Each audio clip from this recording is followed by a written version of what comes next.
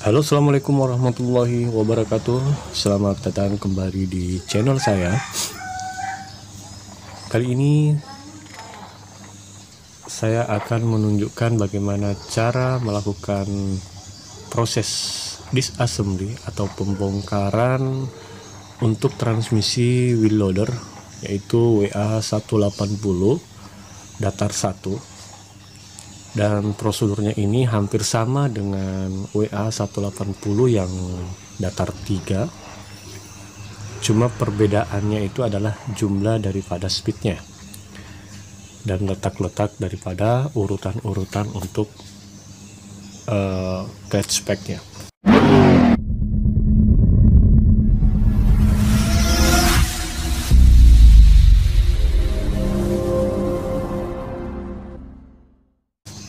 Nah, pada WA180 datar 1 di sini, komponen paling atas atau input sub itu nanti terdiri dari clutch, forward, dan reverse yang dihubungkan dengan output torque converter. Sedangkan yang ini yang saya pegang adalah gear untuk speed 1.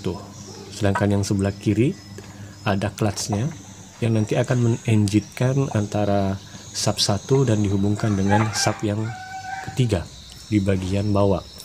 Sedangkan sub yang ketiga terdiri dari speed 2 dan speed 3. Nah, ini yang paling ketiga. Dan sebenarnya masalah daripada wheel loader ini adalah unitnya tidak bisa maju mundur. Dan kebetulan ada mekanik yang menangani sebelumnya dengan memponis harus melakukan penggantian torque converter. Nanti kita akan lihat juga torque converternya seperti apa dan bagaimana cara kerjanya dan cara mengatur kebocorannya. Dan ini adalah torque converternya, dan syarat untuk melakukan penggantian torque converter harus memang dilakukan pembongkaran atau pembelahan pada transmisinya. Nah, transmisinya harus kita belah dan harus kita cabut input subnya seperti ini. Nah, pada input sub ini itu nanti satu sub dengan clutch, forward, dan reverse. Dan di sini ada o-ring, ada 4 o-ring di sini yang menyekat dalam 3 port atau 3 saluran. Nah, di mana 3 saluran ini nanti akan saya jelaskan juga saluran masuknya. Yang jelasnya ada forward, ada reverse, dan satunya lagi yaitu untuk lubricating daripada bearingnya untuk sub pertama. Nah, kalau kita melihat dari o-ringnya ini, o-ringnya sudah rusak dan sobek, dan kemungkinan ini yang menyebabkan saluran oli yang masuk untuk menekan si clutchnya itu berkurang atau mengalami drop sehingga unit tidak bisa maju mundur. Dan menurut saya torque converter tidak ada masalahnya. Nah, ini bolt mounting untuk torque converternya. Ketika ingin lepasnya dari dalam. Setelah sudah terlepas boltnya, maka torque converternya nanti tinggal kita ganjal dan langsung kita lepas. Dan untuk prosedur disassembly untuk torque converter, nanti saya akan upload videonya untuk sesi berikutnya.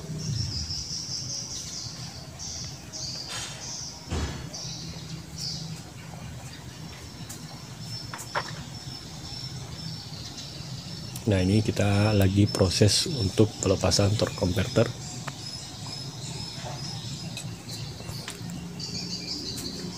Karena posisinya lagi miring, kita harus siapkan ganjal untuk menghindari torque converter jatuh. Nah, proses seperti ini harus selalu menjaga keselamatan kerja. Nah, ini sudah kita lepas yang satu. Sekarang kita akan coba untuk melakukan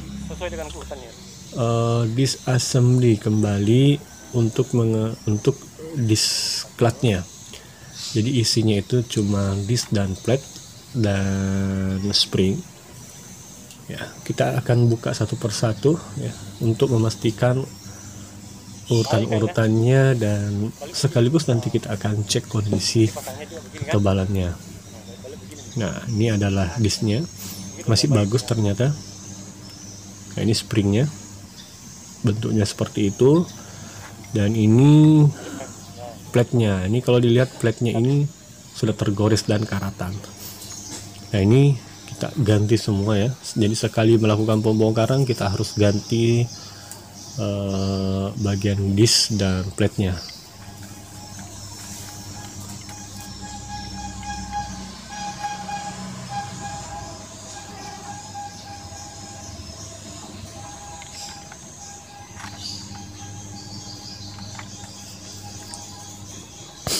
Dan sebenarnya untuk mempermudah tidak perlu dibuka di atas, tapi ini satu kesatuan AC ini bisa dicabut terlebih dahulu ya, langsung mengangkat naik secara AC, nanti dibawa baru kita disassembly. Nah, ini semua ditemukan karatan, tapi karatannya sih mungkin karena sudah lama tersimpan ya, tidak ada yang melakukan pekerjaan.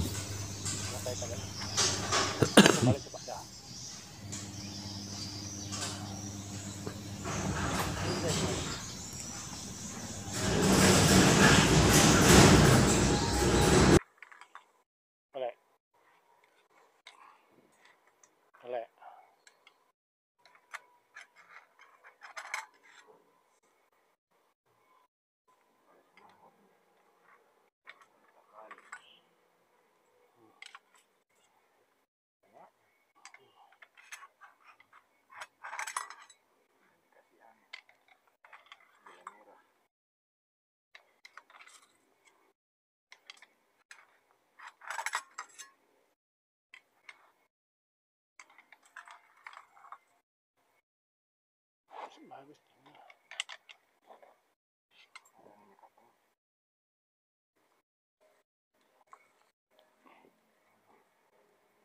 Cabut ya. Cabut ya.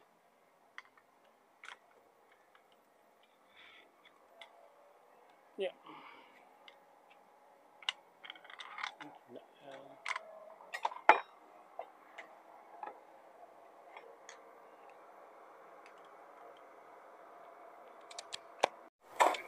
Output daripada torque converter yang dari turbin itu nanti keluar melalui sub ini. Nah, ini subnya.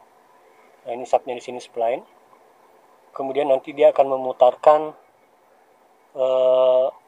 clutch pad ini. Nah, ini adalah clutch untuk forward dan reverse-nya. Nah, kemudian di sub ini, nah ini adalah subnya.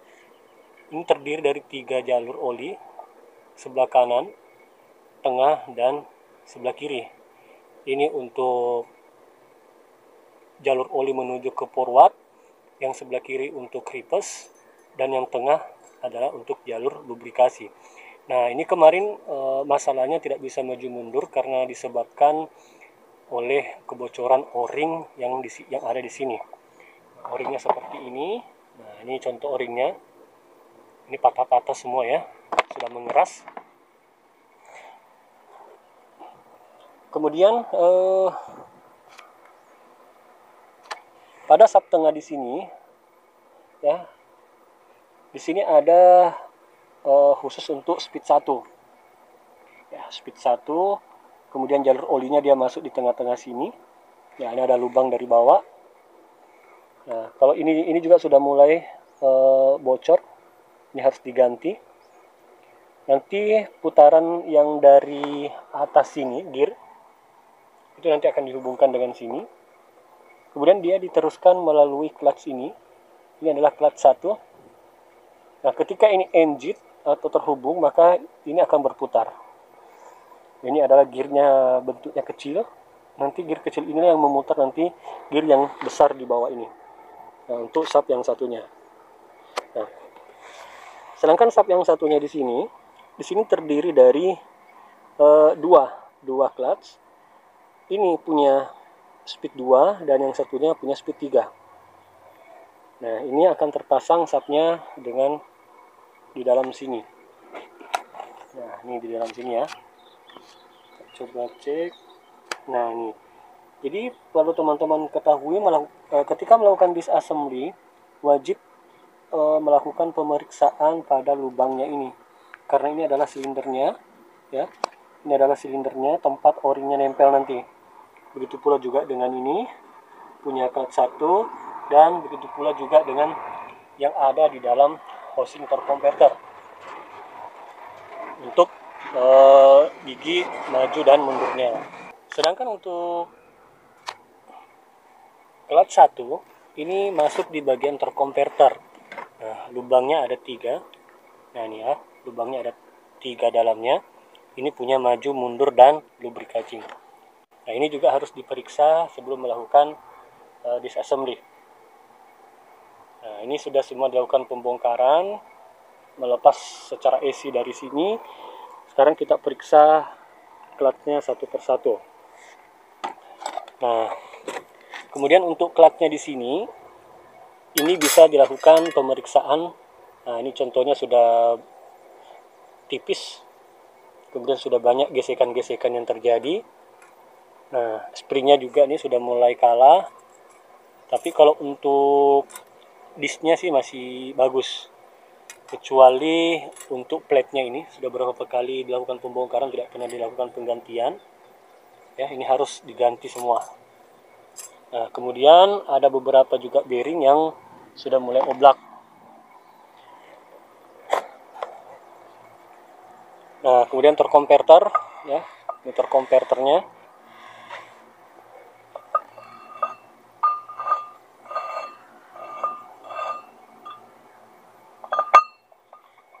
Di mana pada torque converter itu terdiri dari beberapa bagian.